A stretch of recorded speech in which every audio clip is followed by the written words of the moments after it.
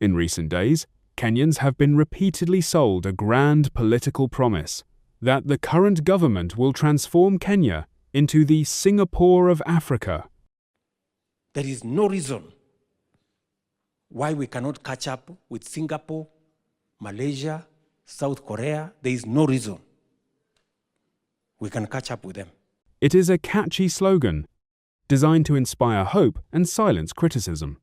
But beyond the speeches and press conferences, one must ask a hard and uncomfortable question. Is this government genuinely building a Singapore, or is it simply branding failure with attractive words? Singapore did not become what it is today through slogans. It was built through discipline, accountability, and ruthless commitment to good governance. Corruption in Singapore is treated as an unforgivable crime. Courts impose heavy fines and long prison sentences, and no one is protected by political connections. Any public official whose wealth cannot be explained by their salary is automatically treated as corrupt. Kenya's reality could not be more different. Corruption is not an exception. It is the system. From procurement to healthcare, public resources are looted openly, often without consequences. Court cases involving corruption drag on for years, only to collapse quietly. Kenyans have watched in frustration as corruption and criminal cases involving political elites, some of them close to the presidency, are withdrawn or abandoned. This is not reform. It is the normalization of impunity. Singapore operates on meritocracy. The most qualified individuals are placed in leadership positions, regardless of personal ties. Loyalty to the state matters more than loyalty to political leaders. In Kenya, however, public sector jobs are treated as political rewards. Positions are allocated based on proximity to power, not competence. Cabinet appointments often reflect political loyalty rather than expertise, leaving critical ministries in the hands of individuals unprepared to lead. The contrast becomes even clearer in the business environment. Singapore is one of the easiest places in the world to start and run a business. Low corporate taxes, clear regulations, and zero tolerance for bribery have made it a global investment hub. Kenya, meanwhile, has become increasingly hostile to entrepreneurs. High taxes, endless bureaucracy, and bribery demands discourage both local and foreign investors. Many foreign investors are forced to pay bribes just to operate, and when they walk away, it is Kenyan youth who pay the price through lost job opportunities. Singapore's success is rooted in long-term national planning. Leaders there think decades ahead, not election cycles ahead. Kenya once embraced this, thinking through Vision 2030, a long-term development blueprint launched in 2008. Today, that vision has been quietly abandoned. Policy decisions are driven by short-term political survival, not national transformation. The consequences are devastating. Youth unemployment in Singapore stands at around 7%. In Kenya, it is estimated at over 60% and rising. Instead of building industries at home, the Kenyan government now promotes labor export as a solution, encouraging skilled and educated young people to seek work abroad. This is not economic strategy, it is an admission of failure.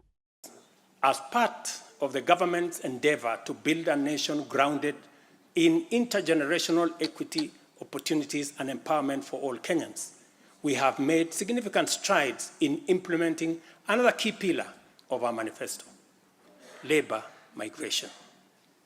This initiative seeks to harness Kenya's abundant human capital by creating meaningful job opportunities abroad, empowering our citizens, and positioning Kenyan talent on the global stage.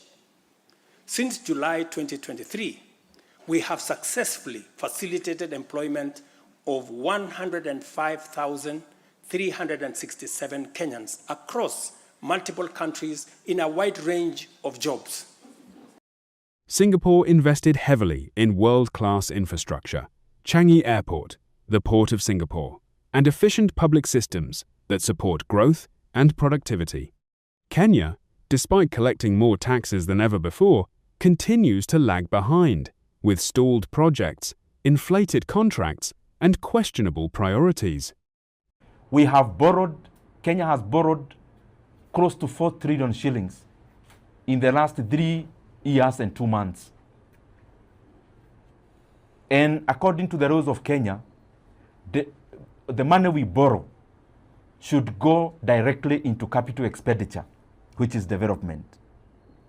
So before we launch grandiose plans of trillion funds, can we first face Kenyans, and can the government face Kenyans and tabulate how they have used the 4 trillion Kenya shillings Kenya has borrowed in the recent past? The 4 trillion Kenya shillings Kenya has borrowed is enough to have made education free, both basic and tertiary.